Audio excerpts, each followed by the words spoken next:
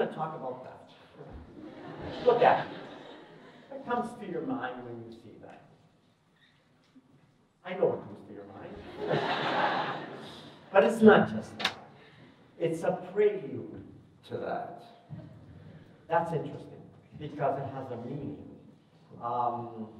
If you show that to a child, or if you see actual two people kissing that way, what's the reaction going to be of the child? Yeah. Yeah. We look at that and go, ah. Also, how did it happen? And in fact, is it universal? A bit of a background, if you go look into the ancient history, if you look at the archaeological record, there is evidence that people did, it's called osculation, technically. They did osculate.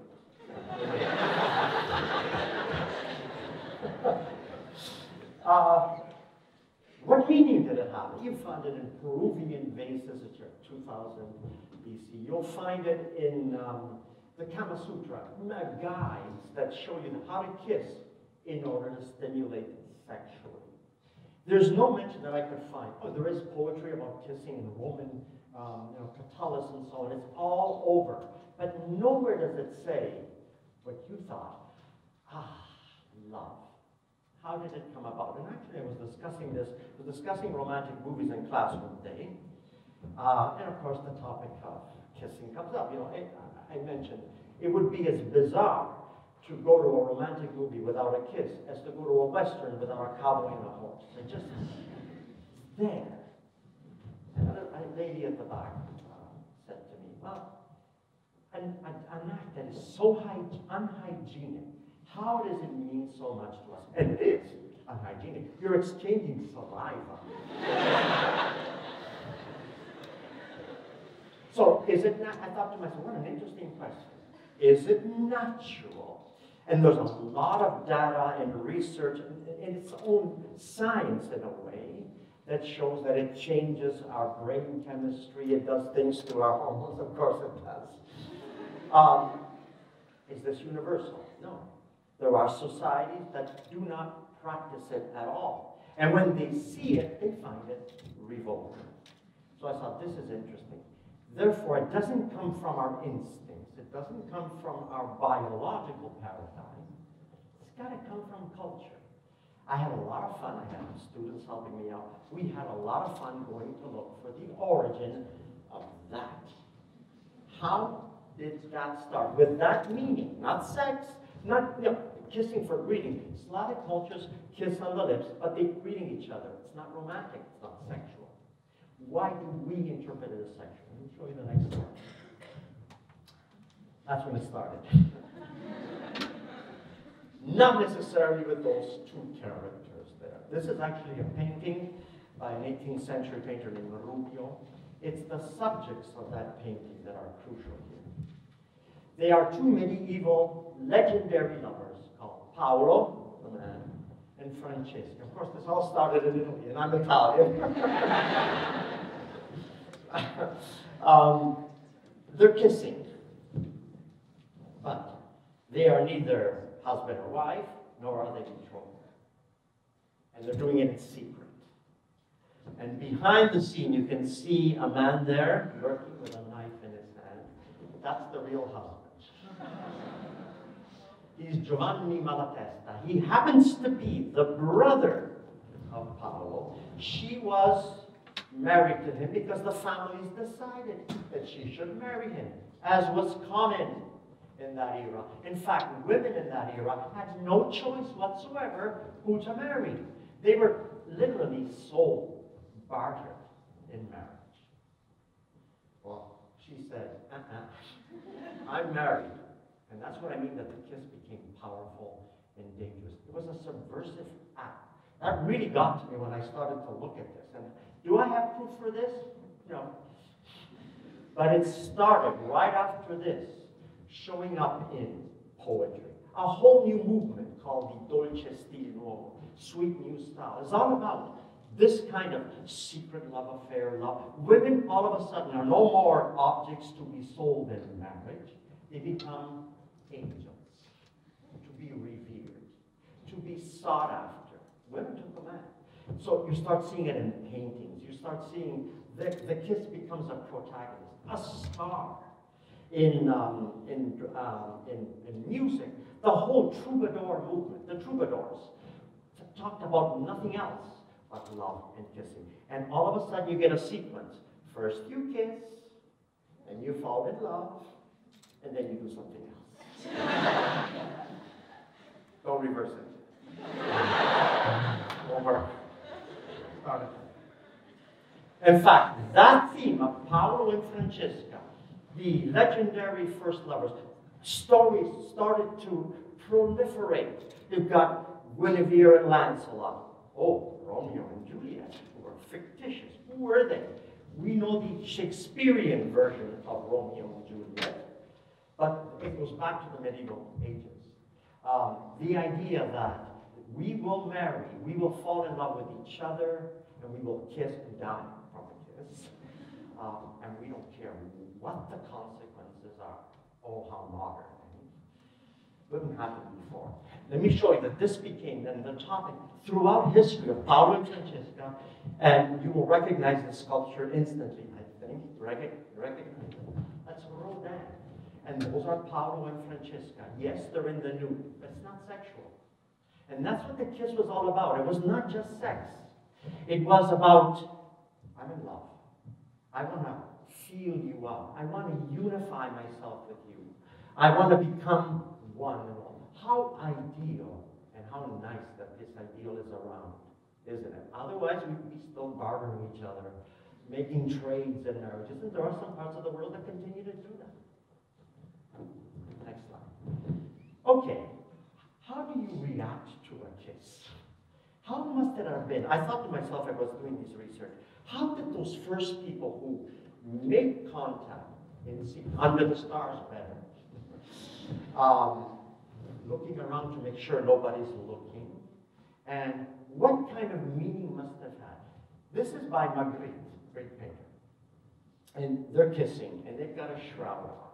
Now, there have been many interpretations of this, and semioticians study interpretations. You know, it means that it's the kiss that counts. It doesn't matter that the lovers are what they look like or anything like that. Yeah, it could be that the kiss transcends life, and it doesn't really matter. But I thought about it. Put a shroud on your head, and then just kiss someone randomly. How would you react? If you think about it, if the kiss works, when the shrouds come off, you might be surprised, but it almost doesn't matter. The kiss works, it's magic. It's because in your brain and in mine, the kiss is tells us everything about the other. We test each other out on this kiss. I find it fascinating that ever since that initial medieval period, everything we've done in writing, think of modern rock and roll ballads. Imagine, you know, something from the 1950s is my period, a ballad that mentions nothing about kissing and romance, just let's copulate. Does not work. We won't even listen to it. We won't even like it, okay? And the kiss has changed the world. Completely changed it. It's changed each one of us without us even knowing it. Otherwise, as I said, we would look for marriage or some form of sexual release, but we wouldn't be looking for romance. That's what got to me. I'll show you the next slide. And this is one of the first movies ever made. 1896 by Thomas Edison on a vitascope, early technology. The movie lasted 45 seconds. The kiss lasted 20 seconds. It's the star.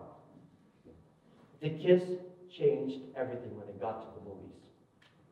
It became the star of the modern world. And in fact, the first kisses, listen to this, homosexual kisses in the 1920s occurred in the movie. it started to change little by little our perception of sexual orientation. Also, interracial kisses. One of the first interracial kisses ever on the screen was on television. It was a Star Trek episode.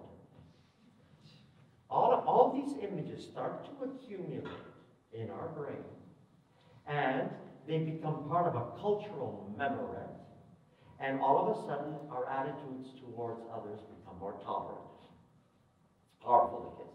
It's also dangerous, especially for those who don't want change, because the kiss does bring about change.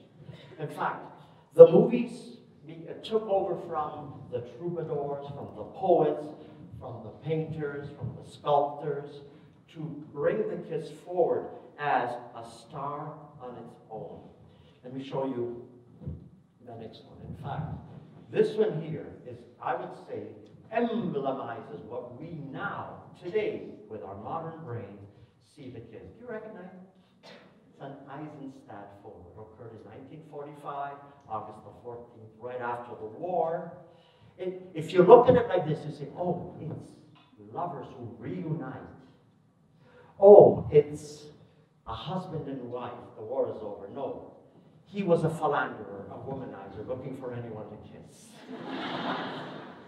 But we don't interpret it that way. We don't want to interpret it that way. We like to interpret sexual behavior, but not the kiss. It's become, in its own way, a kind of sacred act. An act that unites the physical, the sexual, and the spiritual. Yeah, it is ideal. I agree totally. But without ideals, you know, we go back to being instinctual beings, creatures, just reacting to habit and to instinct. This changes the whole nature of the game. Yeah, I have to admit that it happened to me too with my wife, who's in the audience. So. And it happened under the stars. And it happened on Center Island. I won't tell you what year, but it happened. Let me show you the last thing. Recognize this? Breakfast at Tiffany's. That's the first ever scene with the kiss in the rain. It comes at the end of the movie. The whole movie is working towards it. We're waiting for the conflict in their life, the uncertainty to be resolved. When they make that contact, we all go, like we did at the beginning, finally, it was actually her that didn't realize how much she loved him. That did it. She realized how much she loved him. Let me summarize. What have I learned from this? Why do I think the kid, knowledge of a simple act, two lips coming together. Why has it changed the world? It's because for the first time ever, we decide who we're going to love. We're not told who to love. And it's changed our mindset. It really makes all of us turn into lovers. Not just husbands and wives or betrothed people. We really want romance to work. In many ways, it's brought about dangerous situations. When it doesn't work, people say, I'm out of this relation. I'm going to go cheat because I want to capture that. I need that. Is it maybe a woman thing? Yeah. You know what men are catching on? As I found out in some of the work that I did. So, to summarize and to end, I'm going to quote Oscar Wilde, one of the greatest writers and thinkers of all time. He understood the power of a kiss. And he said, every time, to paraphrase, every time we see Romeo and Juliet, either on a stage or in some performance, guess what?